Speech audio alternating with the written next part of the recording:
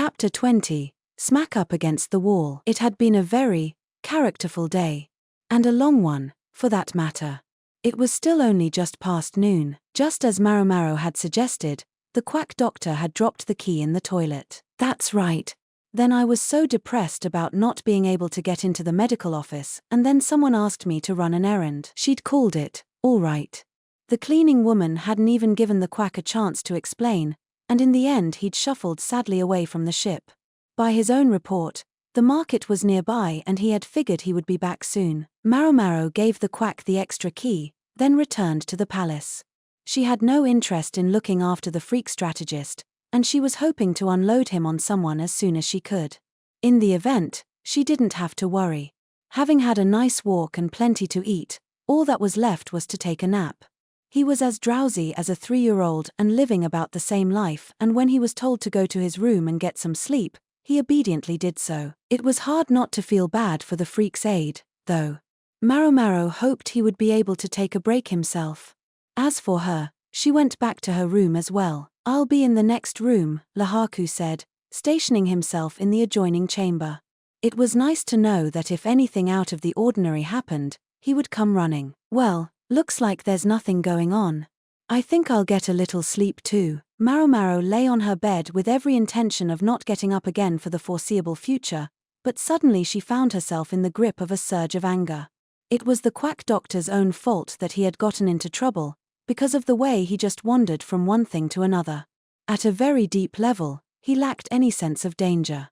He had no business being on this trip. Why the hell did they even bring him? Yes, that was the question. The quack was too laid back to have so much as a twinge of doubt about it, but he was there as Luoman's body double, and if he was unlucky, he could find himself kidnapped or worse. She knew they had done this for Luo men, or had they? Who had they done it for? If anything happened to my old man, who would take it the hardest? The freak strategist? Or maybe even. Maomao buried her face in the sheets and kicked the bed. I'm glad to see you're keeping busy, someone said. It was Chu. She had witnessed the petulant display, much to Maomao's chagrin. How long had she been there? I'm sorry. I seem to have kicked up some dust, Maomao said, sitting up and straightening the bedsheets as if nothing had happened. No worries. We're going to go see the Moon Prince now, okay? The Moon Prince. But it's barely noon. Typically, Maomao changed Jinshi's dressings after he had washed for the day. Putting on fresh salve only for him to take a bath would defeat the purpose. Don't worry, you'll see when we get there. I've brought boiled water, wipe yourself down.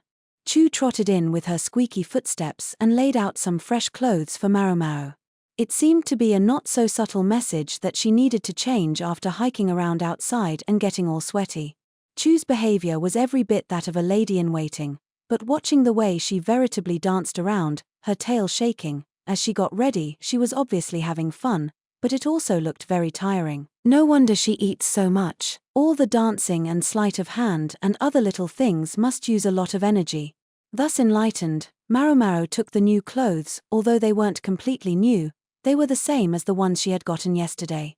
Chu looked like she probably had a supply of several more sets. Maomao wiped herself down and changed. Pardon us, Maomao said as she entered Jinshi's room. It was a chamber fit for a guest of state, with all the ornate decorations that entailed. It was several times larger than Maomao's room and was divided into several chambers. She could even see a balcony outside. Please, come in, said Suiren, who was there to greet them. She led Maomao to an inner room with a gentle smile. Past a curtain, Jinshi was lounging on a couch, Gaoshiren at one hand, Daomai at the other. She didn't see Chu's husband, Bayu, but suspected he might be in the next room. Oh ho! Gaoshiren and wife. Maomao might have felt better with Daomai showing her around rather than Suiren, but maybe the old lady was being considerate, trying not to take any more family time away from Gaoshiren. He and his wife were both busy people. It didn't seem like they got to see much of each other. As Maomao might have expected from Gaoshiren's description of his fearsome wife, Daomai was the older of them, and she acted like it. What with the banquet and all, Maomao hadn't come to Jinshi's rooms the night before. Now she saw that a member of the imperial family truly was treated differently.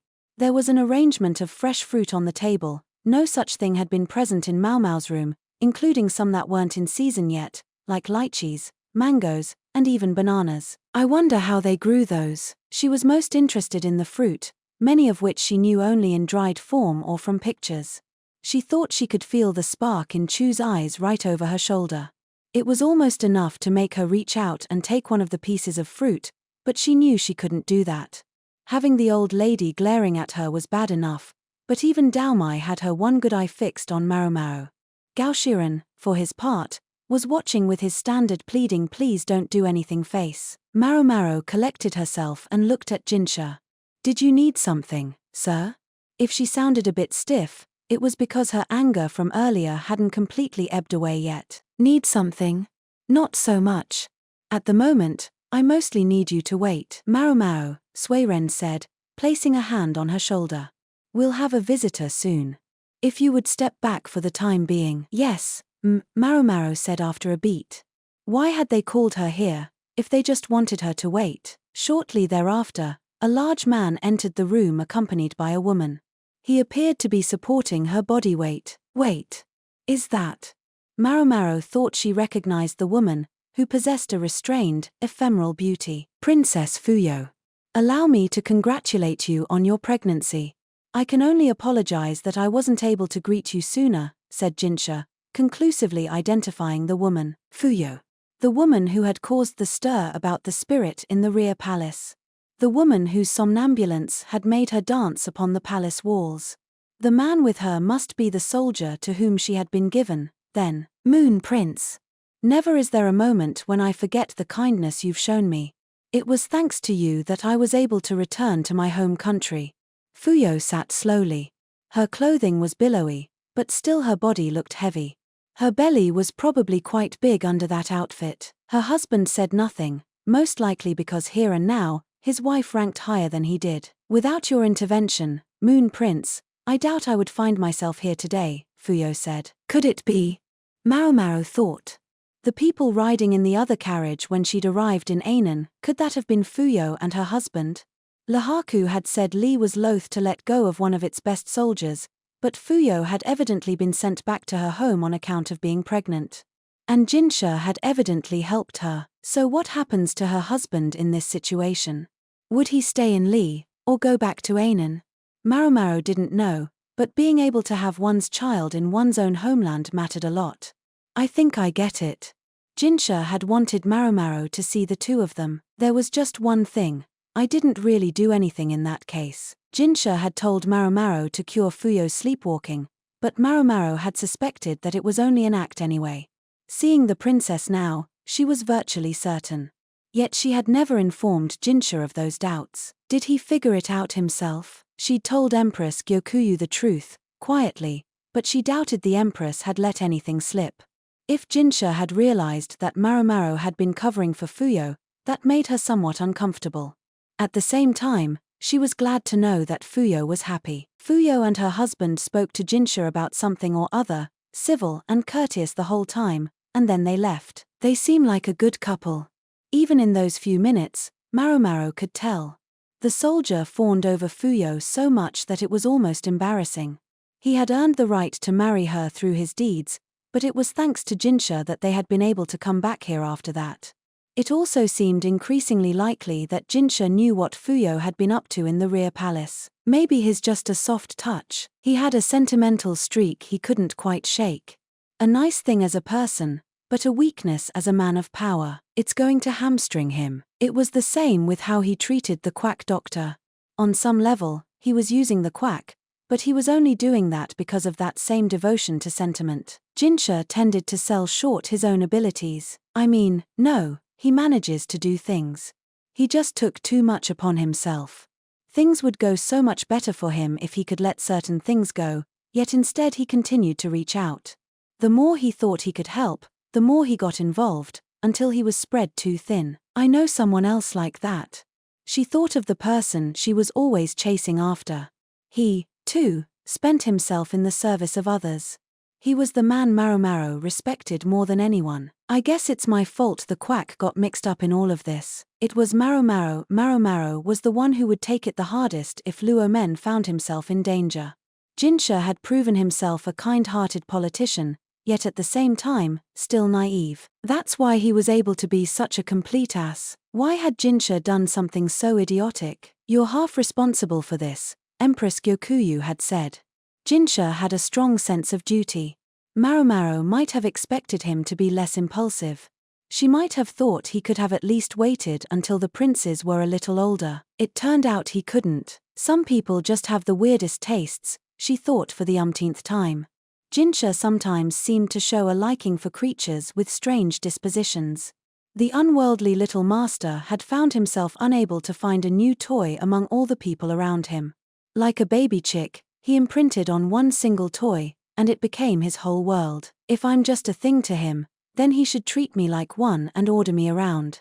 The naive child was unable to do that, however, and so had chosen a crueler method instead. When Jinshi had burned that brand into his side, the one he had hurt the most was not himself, but the emperor, or so Maomao thought.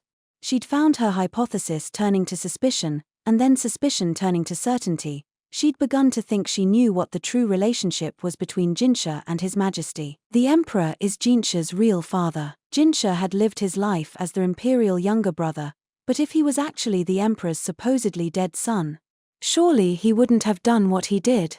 The question left Maomao with a shadow of a doubt. If what she suspected was true, what then? What do I do? Even as she asked the question, she felt she already knew the answer. You can step forward now, said Suiren, giving her a gentle push.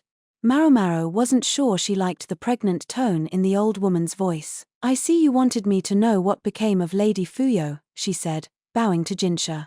For the moment, she took the other thoughts she'd been having and stashed them in the corner of her mind. Not as such. I simply thought it might benefit you to be aware, since I did ask you for help with her. Yes, sir. I admit, I feel somewhat better having seen this. Maomao glanced around. She couldn't escape the sense that Jinshi was trying to be thoughtful toward her. All right, time to play the game. She looked over at the balcony. This is quite a sumptuous room, sir. It even has a balcony. You like it? Feel free to go out and have a look. If I may, then. She trotted straight for it. Xiaomao. Gaoxian tried to stop her, but out of the corner of her eye she could just see Jinshi holding him back. She stepped out onto the balcony. Well, she'd assumed it would be the perfect place to be assassinated by an arrow, or a Pfeffer gun, but that turned out not to be the case. There's so many trees around, it would be hard to get a good shot. And there's nowhere to shoot from nearby either. It seemed to her that the balcony had been deliberately designed to be safe. She was no expert, but she supposed that anything else would have been inappropriate in a VIP's room. Because it was safe, no one followed Jinshi when he stepped onto the balcony with her. Daomai was saying something to Gaoxian. It was clear he was no match for his wife. Not sure I like the sense that we're being set up here, though. She was alone with Jinshi. That wasn't so strange. She was going to have to look at his burn later, but she wanted to do it before her mood changed. I hear you had a trip into town today, Jinshi said. Yes, sir, and the townspeople have much to say about Li. The locals could hardly have been called favorably disposed, but at least things didn't seem about to explode. At least, they were favorably disposed enough that they might try to send a woman to a guest of state. Master Jinshi, please be careful tonight. As every night, Maomao said. There was always the risk that some woman might try to invite herself into Jinshi's bed. I never can guess what you're going to say next. Jinshi leaned against a wall, out of sight of his attendants. It looked like Gaoxian wasn't the only one walking on eggshells around Daomai. Surely you can imagine what I mean, sir? Just think back to your nights at the rear palace. Jinshi groaned, looking upset. So he did have some idea what she meant. He looked at her like he had something to say, but couldn't quite get it out. Finally he managed, ahem. As you can see, Princess Fuyo has come home. The King of Ainan's niece will be entering the rear palace, I hesitate to say in exchange, but it sounds very busy. Yes. Empress Gyokuyu's niece is supposed to be coming as well. I heard that, sir. Interesting that you have, though. Remind me who it was that ran away from the rear palace. Maomao pressed. You're no longer Jinshi, Master Jinshi, and I think it would be best if you stopped troubling yourself about the rear palace forever and focused on your own work. I would agree, But it turns out I can't seem to cut myself off completely. Maomao looked at him, unimpressed. He managed to meet her gaze, but he didn't look very comfortable. Maomao found herself angry again.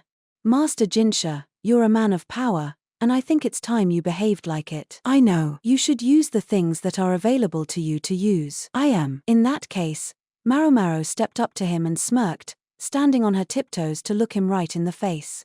She slammed her right hand against the wall, effectively trapping him. His eyes went wide. I can't say I enjoy being used. However, here she lowered her voice so that only Jinshi could hear. Half-assed attempts at being nice are a far greater nuisance. I'd much rather be a useful tool than a meaningless burden. Your hesitation is the country's hesitation, and a moment's indecision on your part could mean the deaths of tens of thousands of your subjects. I know you'll only regret that. So you might as well pick a path and throw yourself headlong down it. Finally, she leaned away from him. If you're going to use something, then use it. Medicine doesn't work unless you take it. She closed her eyes and let out a long sigh. Everything she'd pent up inside had come pouring out her mouth. Maomao was no princess, she was a common apothecary. If he was going to pull her strings, then it was better he just go ahead and do it. He should use her till she fell apart. If she could escape all of it, of course, she would have liked to, but she wasn't going to cut off her nose to spite her face. There was more she wanted to say, but she figured she had pushed it about as far as she could. She discovered, though, that there was something else behind her boiling anger. Her hands went to Jinshi's cheek. You're only human, Master Jinshi. You're not some mythical immortal who can save everyone. She held his face in her hands, the fingers of her left hand brushing his scar. You can be wounded, scarred, brought low. Only human. Who was she talking to? She knew Jinshi was standing in front of her, but for some reason she kept seeing Luomen's face. No wonder I'm so upset. The principle that drove Jinshi's behavior seemed very similar to Luomen's. She was afraid that if he went on like this, he would end up just as luckless in life as her old man. Just like Pops. He'd spent himself trying to rescue everyone and everything. Like a fool. He should have wanted more, been greedier, but instead he'd suffered his fate patiently. Suffered, and for what? To become an old man resigned to his empty hands. This was, it was fair to say, Maomao's one criticism of her father. She'd felt it keenly in the affair with the Shawnese shrine maiden. She respected Luo Men immensely. A man who never lost his kindness no matter what unhappiness he encountered was like a miracle. The price, though, was that his body and his heart were both battered. In time he became so that everything he did in the expectation of defeat. Would Jinshi end up like him one day? Or, please don't go doing anything else like burning a brand into your skin, Maomao said. I heard you, the first several times, Jinshi replied. Are you sure? A smile flitted across Maomao's face, and she slowly pulled her hands away. Except they didn't leave his cheeks. Jinshi held them there. Please let me go, sir, she said. Don't want to. He sounded like a child. It was something he did sometimes, resorting to childlike language. I'd like to be going back soon, she said. Just a few more minutes. Master Gaoshuren must be beside himself. Then just rejuvenate me a bit. Rejuvenate? He let go of her hands and spread his arms wide. Oh no. Is he coming in for a hug? She was just about to tell him that she would do no such thing, but the outstretched arms didn't reach for her. Instead they shifted, so that they appeared to be ready to receive something. What exactly do you want? Maomao asked. I wanted a hug, but I thought that at this moment, perhaps I need something else. Jinshi scratched his left cheek, the one without a scar. Vigor. Help me out. You want me to slap you as hard as you can. The way you slapped that lady-in-waiting at the Crystal Pavilion. His eyes were sparkling. What the hell was she supposed to do now? And what was he doing remembering her worst possible moments? Have you already forgotten what I said? She just warned him not to do anything like that brand again, and hardly a minute later, here he was engaging in more self-destructive behavior. I understand, he said. This won't leave a scar. It'll leave a mark. Maomao would be the one who got in trouble. They'd trusted her enough to leave her alone with Jinshi. She couldn't betray that. Please. I can't. I'm asking you. Jinshi slumped to his knees. There's no one who can tell me what to do anymore, he almost spat. Gao Shiren and Sui Ren could scold him all they wanted, but they were still, in the end, his servants. The only person who could conceivably contradict Jinshi to his face would be the emperor. No one to tell you what to do, huh? Jinshi's request to be reduced to a commoner would mean severing his connection to the ruler. I don't know what their relationship is like, how they talk to each other, Maomao thought. From what she'd gathered, though, they seemed to have a good rapport, as royal blood relatives went. But you reap what you sow. That would explain why he didn't want her to take it easy on him. Maomao could only sigh. Fine. Close your eyes. Thank you. Maomao pulled her hand back and whacked Jinshi across the face. It was not quiet. Jinshi sucked in a breath and was about to open his eyes, so Maomao placed her hand gently over his eyelids. Let me see it, she said. Even her hand hurt, so Jinshi's cheek must be burning. She could see the flush rising in it. Sui Ren will never miss this. Whether the old lady got upset would depend on how Jinshi reacted. Pain, go away, Maomao said, recalling a rhyme her older sister Perrin had often used on her. She kissed the reddened cheek ever so gently. Her lips were colder than her fingertips, and made the cheek feel that much hotter. I know a children's verse can't actually work. It was funny, though, somehow the cheek looked less red than before. Nah, that can't be. And it wasn't. Rather, Jinshi's entire body was redder than it had been. Maomao lifted her hand off his eyes. He couldn't quite look her in the eye, but his hands clasped hers firmly. Maomao, he said. Yes, sir, she answered, drawing away slightly. The other side too, please. He pointed at his right cheek, the one with the scar. Maomao glowered at him. Absolutely not, sir.